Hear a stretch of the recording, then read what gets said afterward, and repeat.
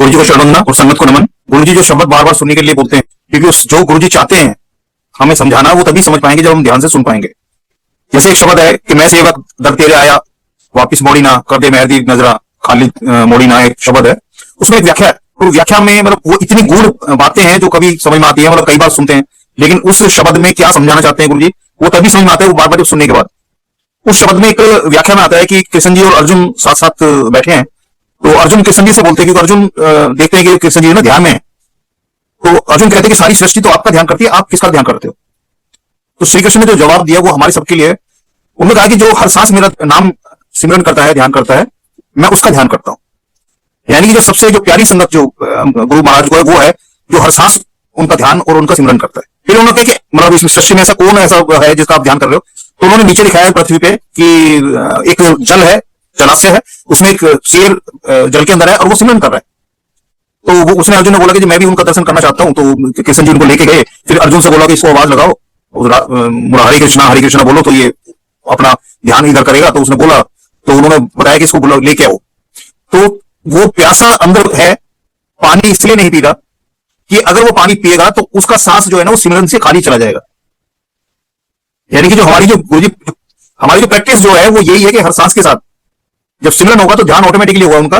तो जैसे उस शेर का जो था, शेर के बारे में था कि वो पानी सिर्फ इसलिए नहीं पी रहा था कि जब पानी पिएगा तो उसका एक सांस खाली चला जाएगा सिमरन से। अगर वो सांस को खाली जाने देना नहीं चाहता था, वो प्यासा था लेकिन पानी नहीं पी रहा था। वो बताते हैं कि उसकी जो अरदास थी कि जब उसका अंत वेला, अंत समय आए तो उनके चरण और सिर उसका हो। तो जब वो उसको बाहर आए, उसके पास में श्री कृष्ण जी ने बुलाया, तो उसने जैसे उनके चरणों में मत्था टेका तो उसके वो प्राण पकड़े, वो छोड़ गए। तो उसमें दो चीजें बिल्कुल स्पष्ट थी, जिसका ध्यान हमेशा अपने गुरु की तरफ रहता है, जो या जो अपना जो ईष्ट जिसको मानता है, उसको जो हर समय उसका ध्यान और सिमरन करता है, तो उसको भी इतना ही उसका जो है ना ध्यान और रखना पड़ता है और उसका ध्यान करते हैं। और दूसरा वही है कि हर सांस में सिमरन की जो प्रैक्टिस है, क्योंकि अंत समय हमें किसी को नहीं पता कि कब हमारा आखिरी समय आएगा। जागते हुए आएगा, सोते हुए आएगा, बेहोशी की हालत में आएगा, हारी बीमारी में आएगा, अच्छे बिछे आएगा, घूमते फिरते आएगा, कुछ भी नहीं पता हमें अपना अंत समय कब आएगा। वो आखिरी सांस जब होगा हमारे, उससे जो अंतिम सांस जो हम लेके आए। तो ये कहते हैं कि दुनिया की पूंजी तो दुनिया में आने के बाद मिलती है, दुनिया से जाते वक्त इसको छोड़ के जाना है। असली पूंजी तो सांसों की होती है। तो मालिक ने जो सांसों की पूंजी दी है उसका आखिर कब है वो तो हमें पता नहीं। तो यही है कि न जाने कौन सा पल मौत की अमानत हो, तो हर एक पल को गले लगा के जो जैसे कि हमें पता ही नहीं कौन सा पल जो है मौत की अमानत है, तो हर पल में जो है ना उनका जो है सिमरन और उनको याद में रखते। गुरु जी ने आपकी धूपबत्ती, अगरबत्ती, फूल माला, प्रसाद, जो इनकी जो पूजा हुआ करती थी, जो एक विधि विधान से किया जाता है, वो सारी पूजाएं तो एक तरफ है। और वो हम जब से होश संभाला है तब से कर ही रहे, सब किसी न किसी तरह से अपने इष्ट देव को बनाते ही रहते, और अपने हिसाब से तो अच्छे, अपनी जो हैसियत है, अपनी जो औकात है, उस हिसाब से कोशिश करते हैं कि उससे अच्छे से अच्छा बनाए। लेकिन क्या वो हमारी अरदास या वो हमारी पूजा पाठ कहीं लग पाए?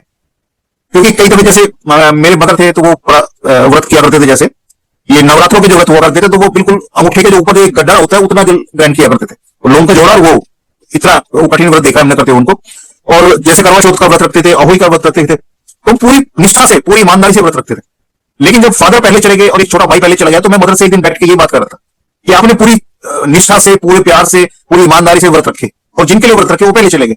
इसका मतलब आपके जो व्रत है वो उनको तो नहीं लग पाए। तो मदर कह लेकिन नहीं भैया, ये तो मैं अपना कर्म करी हूं, मेरा अपना जो फर्ज है मेरा वो है, बाकी तो जिसने हिसाब किताब रखना है, हिसाब किताब तो वही रखेगा कि कौन पहले जाएगा कौन बाद में जाएगा। लेकिन मेरे को ये था कि इतनी निष्ठा से, प्यार से, इतने भरोसे से वो सारे व्रत रखे हुए, उनको तो लगे ही नहीं। अगर लगते तो वो उनके सामने रहते नहीं जाते, कि उनकी ही उम्र के लिए, स्वास्थ्य के लिए, खुशियों के लिए उन्होंने व्रत रखे थे।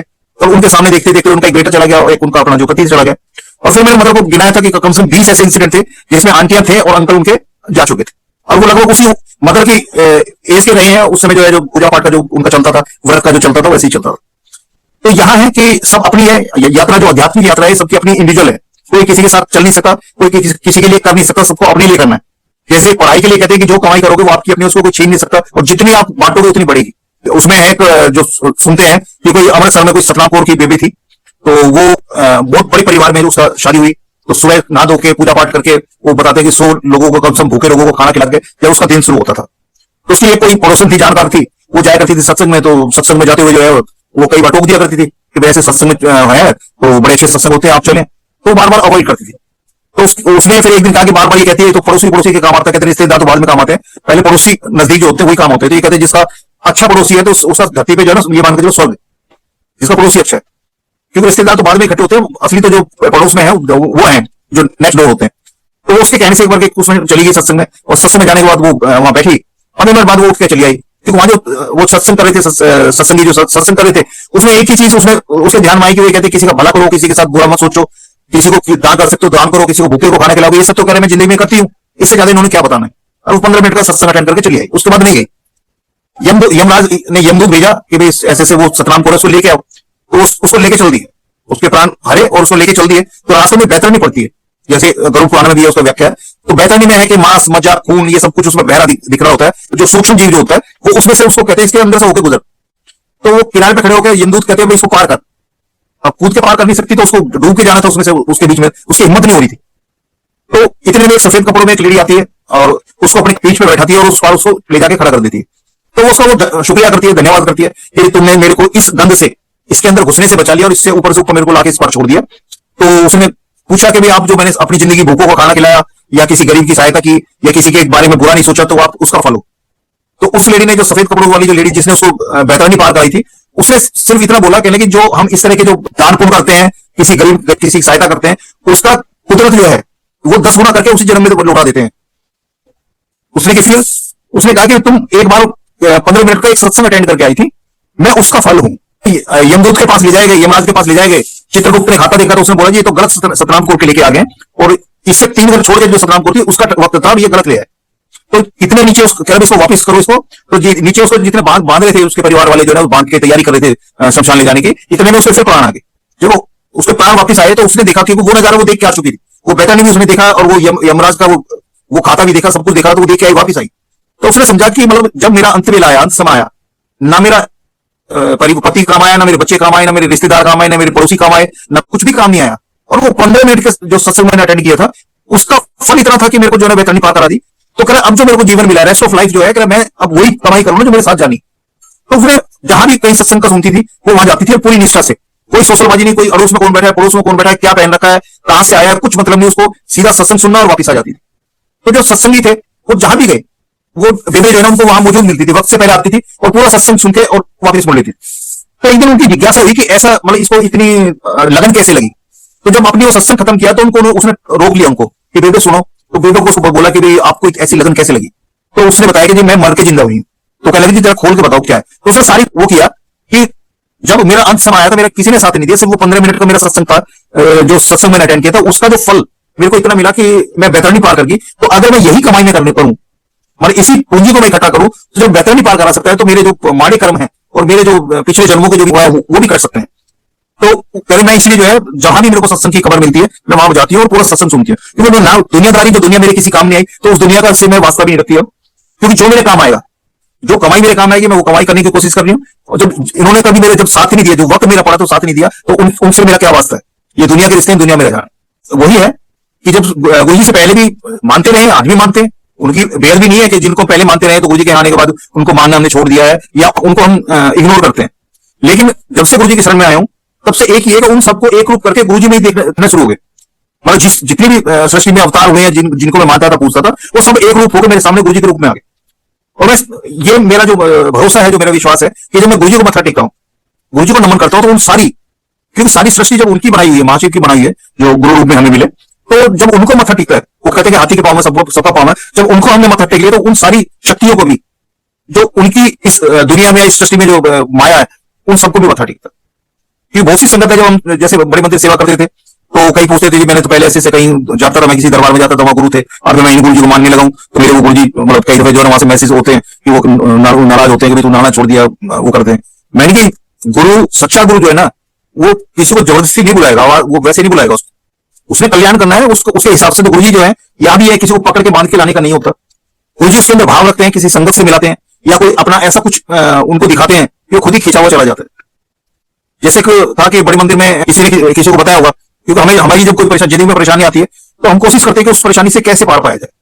फाइनेंशियल हो, हेल्थ वाइज हो, रिश्तों की हो, कोई कोर्ट केस चल रहा हो, कोई पुलिस केस चल रहा हो, कब तो उससे निकलने का रास्ता ढूंढते हैं। तो जितने भी हमें रास्ते सुझाए जाते हैं या बताए जाते हैं, हम कोशिश करते हैं एक बार उसको ट्राई कर ले, क्योंकि हो सकता है पता नहीं कौन से रास्ते से, जैसे कहते हैं कौन सी दवाई हमें लग जाए। इसलिए बता दिया गुरु जी का वो एड्रेस उनके पास कोई था नहीं, लेकिन एक उनके सामने गाड़ी थी छतरपुर जो मंदिर से, जो ये मेट्रो स्टेशन जो लेफ्ट को मंदिर का रास्ता जा रहा है, वो जैसे उन्होंने टर्न करना था, इससे पहले कि किसी से पूछे उनके आगे गाड़ी थी, उसके पीछे उन्होंने देखा कि गुरु जी लिखा है, वो उस गाड़ी के पीछे पीछे चलते चले गए।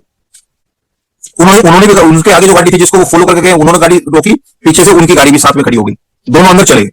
वापस भी कोई इंसिडेंट रहा कि वापस जब वापस बाहर निकलने का वक्त हुआ, दोनों ही जो जिनकी गाड़ी को फॉलो करके वो भी बाहर निकले और जो फॉलो करते गए थे वो भी बाहर निकले। तो जो गाड़ी के पास गए तो उन्होंने जो फर्स्ट टाइम गए थे, जो किसी से एड्रेस पूछते कि कहाँ जाना है, किधर जाना है, किधर मुड़ना है, तो उन्होंने उनको बोला जिनकी गाड़ी को फॉलो किया था कि आपका थैंक यू कि आपकी वजह से हम जो ना बिना किसी एड्रेस के, बिना किसी से पूछताछ किए जो ना आपको फॉलो करते करते गुरु जी के यहाँ गए। तो कह जी आपने हमें फॉलो कैसे किया? कह जी आपकी गाड़ी के पीछे गुरु जी लिखा हुआ है।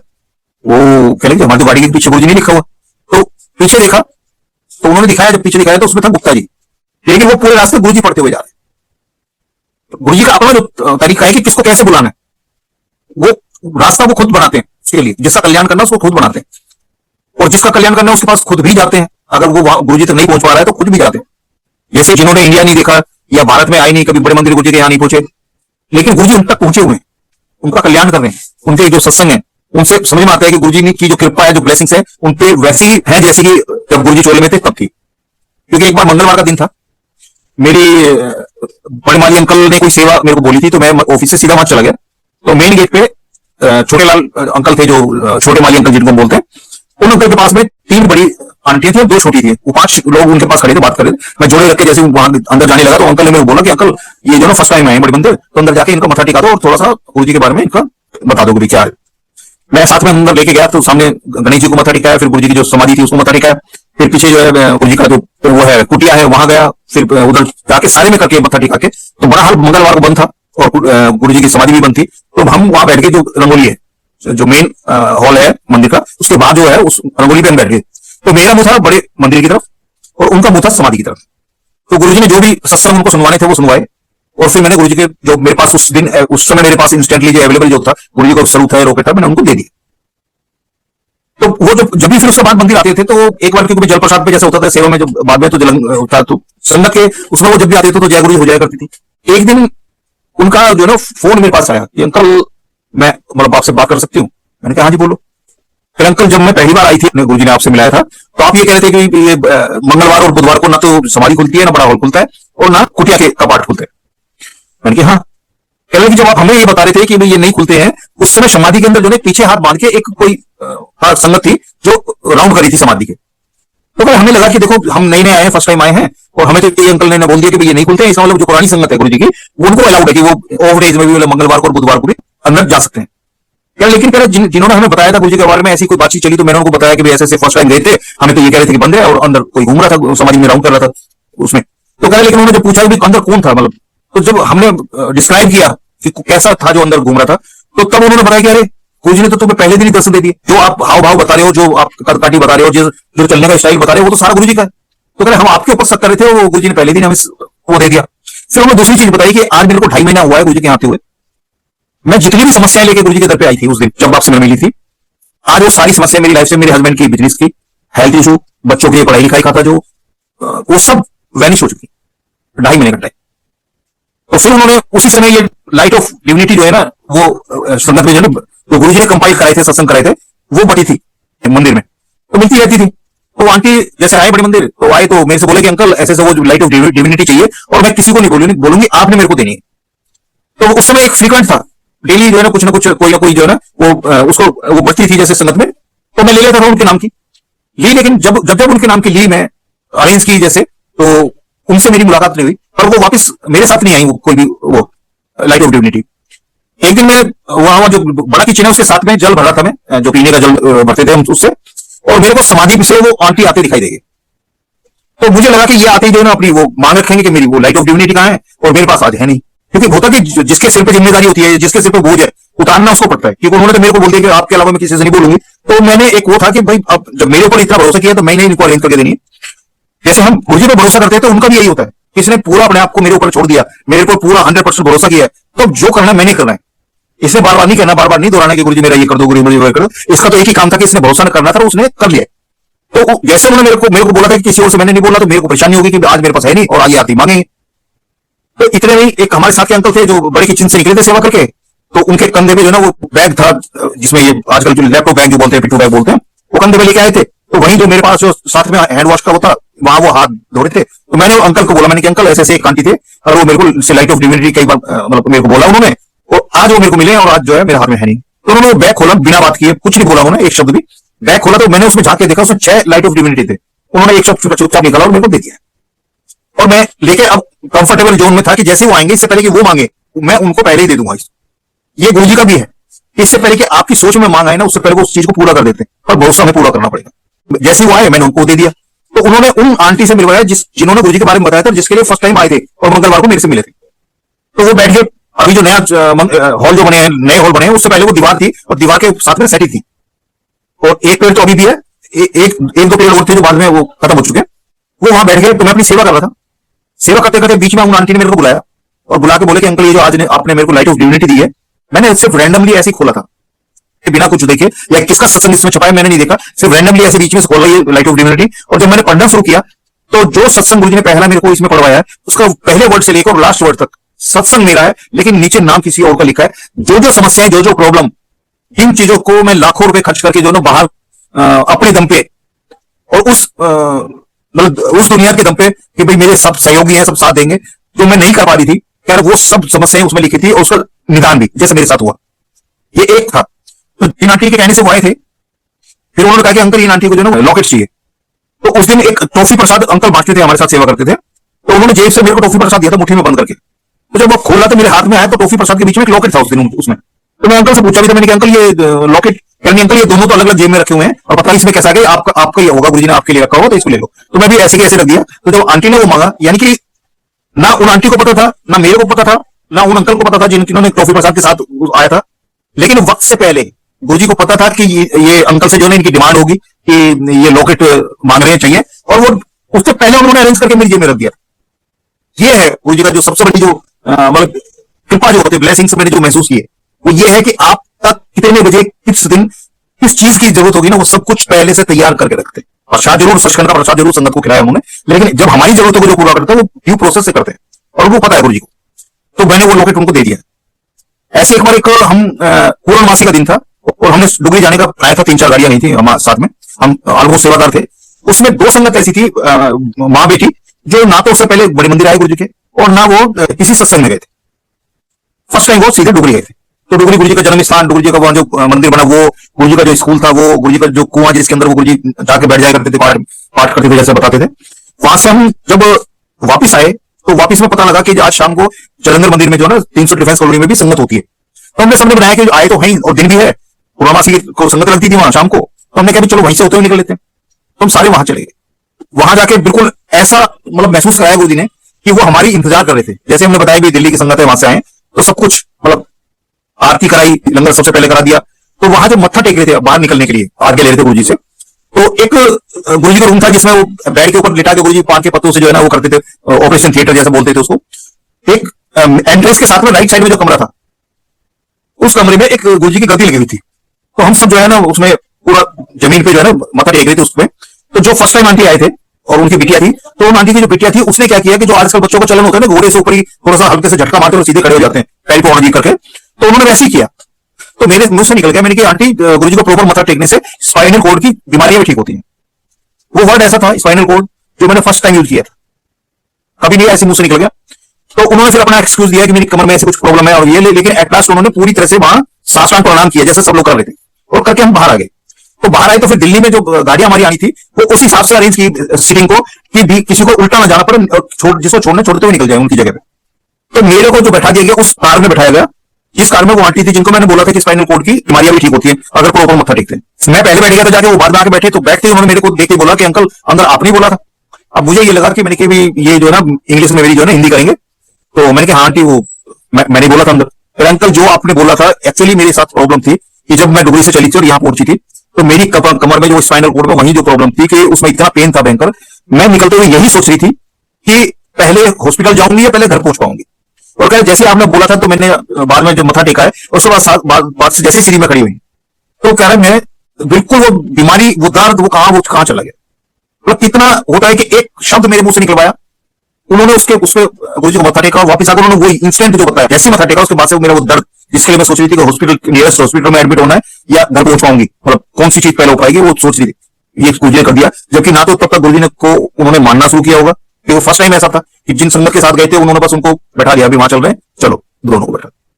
ना कोई भाव कुछ भी नहीं, लेकिन गुरुजी ने उनका कल्याण करना था। उनको कहां डुगरी में ले जाके पूर्णमासी के दिन जलंधर मंदिर जो है ना वहां मत्था टिका के और उनका कल्याण कर दिया।